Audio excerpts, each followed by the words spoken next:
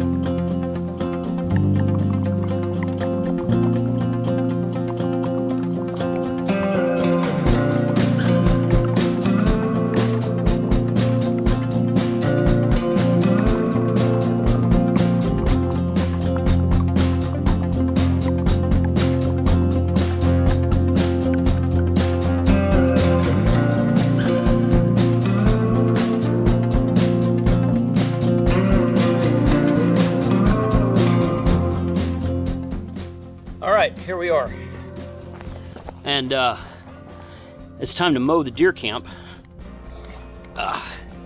It's actually not that bad. This is how it looks now. That barrel right there, that blue barrel right there is what I take. That's like 55 gallons. I take that home, fill it with water in the back of the truck, and bring it back. That's what I use to fill my water tanks in the trailer. So I would like to take it home. I'm going to take it home today and fill it up, obviously. I'd like to bring it back at least once before hunting season, because that trailer right there, the farthest one from the camera right now, is my old trailer. And it has, and I haven't sold it yet. I've got some repair work to do on it. I had one guy scheduled to do some stuff, and he just flat never showed up. Then he goes to me text messaging. So probably going to get a good Google review about that guy. But so anyway, it's here. So that's an extra 5 beds. So that's 3 beds in there, maybe 4, 5 beds in there. That's 9 beds. The trailer that's kind of behind the tree right there is another deer lease member. His name is Mike. I'm surprised he's not a ham, because his name is Mike. But that has another 4 beds in it. We use that during winter field day. I don't know if we're going to use it this time or not. And then this one here, this is Jake's trailer, and it's got roof problems, obviously. This is a deer camp trailer is what it is. But it's got another 2 or 3 beds in it. So that's how many beds we have right now. I said this on the channel. On one of my live streams, I recently said this. I said, I've got 175 acres out here. Now, I don't own it. I lease it. But the problem is sleeping quarters. So perhaps during winter field day next year, or maybe during field day next year, we might invite some more people, but I might tell people that, hey, you got to bring your own sleeping quarters. Bring a tent, bring something, a trailer, RV. We've got plenty of room over there. I could probably put several more RVs over there, because, it's just not going to be, I can only sleep so many people. So while I'd like to have a couple dozen people out here, which would be fun, we have limited number of room on antennas and where we can run coax and all that kind of good stuff too. So it's not, even though it's 175 acres, the camp area is probably just like maybe an acre. Maybe a half acre. No, it's bigger than that. Probably an acre. By the time you drive in there, where you just saw me drive in, you can't really camp or anything over there. That's all road right there. There's some deep ruts in there that we've filled in a couple times. But, this is the camp area. I do want to expand the camp area over here. Probably do that later this year. But there's room for parking trailers over there. Room for parking vehicles over there. But there's only so much room there's only so far away you can put an antenna before you have to run like several hundred feet of coax, and that's not great. The hex beam traditionally goes right there. What I might do this year is put my solar system right there, because the sun will be here and it'll go this way as the day progresses. So I might put my hex beam back here, actually, walk back here to like what I call the junk area. This is the barbecue grill. This is an old rusted out grill that somebody brought down here, and we used it a couple times before it got all wasp infested. It needs to go in the trash.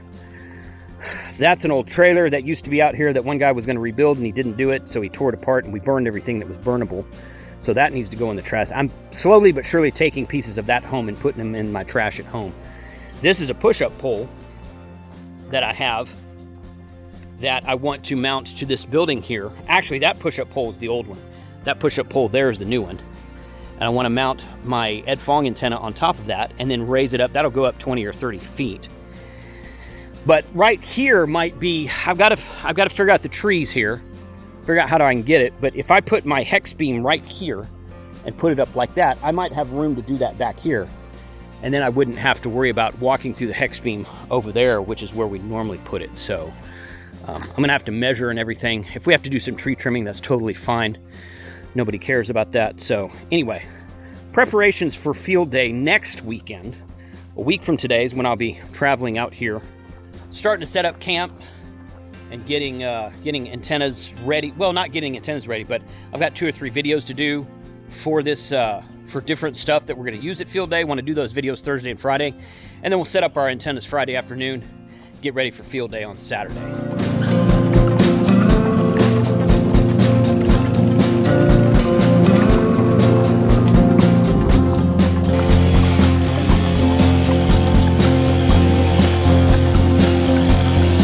Okay, so I got camp mode. I got my Renogy solar panel suitcase set up, and I recorded a video about that device that I will be posting to my new channel that I call Unplugged, which is about off-grid gear reviews, RV life, etc., etc. Put the sun over there. So check that. That's a really cool panel. It's a 200-watt solar panel with a charge controller attached to it. It all comes as one kit, and I've got it plugged into my BioEnno 100 amp hour battery right now. I think I've showed you guys this on this channel before. It's definitely on the other channel. But there's your BioEnno battery.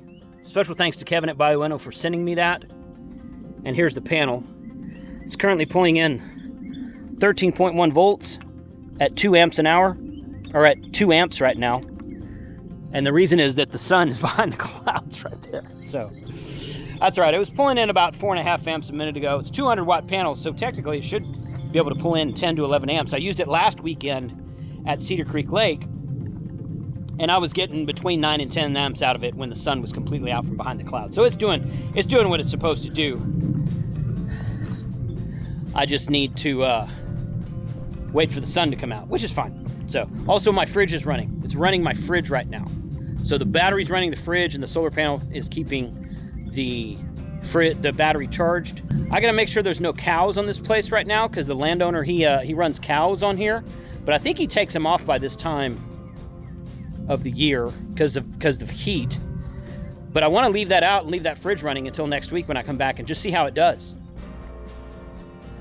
Great experiment. But if there's cows here, they're going to trample and destroy that thing, so I can't do that. So I think I might go driving through the woods real quick. Not through the woods, but through the camp real quick. Let's go driving through the woods real quick, and then I'll close out with you guys. Let me know in the comments below what you think about this vlog style video. This is the second one I've done, and I hope you guys enjoy it. Whew, okay, so here's the big field. This is one of the back fields. You know what? He's got hay out and feeding barrels. So I'm guessing there's cows around here somewhere. Shoot. I'm going to have to take that solar panel up. There's no way I'm leaving that solar panel out with cows in the place. They will destroy the thing. There's cow footprints all over camp anyway. They come traipsing through there on a normal day. Looks like a dead cow on the road right there. That's always pleasant to see. Oh boy. Dead cow. The field over there to the left is the field we call number 1. This way right here, we call this number 2. Stand number 2. Stand number 1. feeder number 1, feeder number 2. It's up here at the back of this field. This is a really good area to take long-range shots. If you want to practice 200 to 300 yard shots, there's plenty of room to do that in here. I've done that a couple of times. Uh-oh, my feeder's turned over. That's not good. I have to go look at that.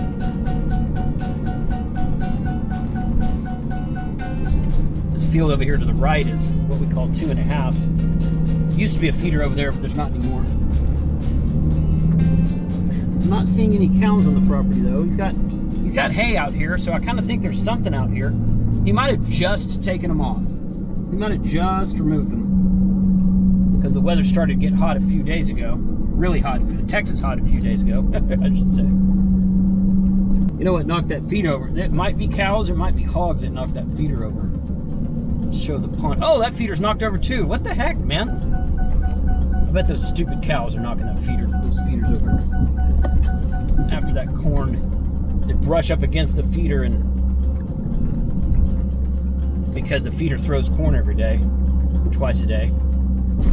Oh, here we go. All right, granny gear. Nope. Still don't see any cows though. So maybe there's not cows in the place. So the tank looks rather full. If you guys have seen the shooting videos that Mike puts on his channel during field day, this is where we are. Yeah, you see those? Even those feet came out of it. Okay. Oh, the mechanisms totally broke off of that thing. That's not good.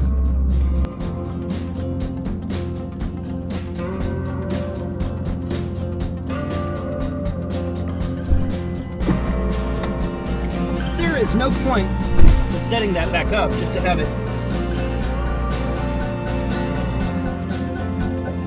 knocked over again, because the mechanism is broken off the bottom of it.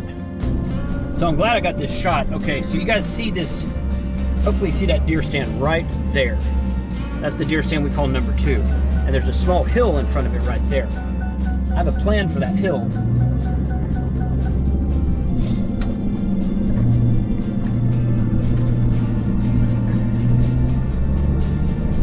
Probably can't see it in the background right now, but the Roston radio tower is basically due this, it's straight this way. In fact, it's in the clouds right now, you can't see it. So the Roston radio tower has an Arden node on it with internet, and I have seen it from this area when I used to have a mobile Arden node in my truck. I've seen it on the Arden software, so they can see each other. So what I want to do on that little hill I just showed you, which is just right over there. What I want to do is put get an auger out here, drop a fence post in the ground, 10 or 12 feet, with concrete, with sackcrete, and put an Arden mesh node on it, pointed back to that tower, and then I can pull internet down from Arden and also be on the Arden network while I'm sitting in the deer stand. That's a project for another day. So we're gonna pick this feeder up. This one looks like it's still intact, and we will see you guys at field day of 2022.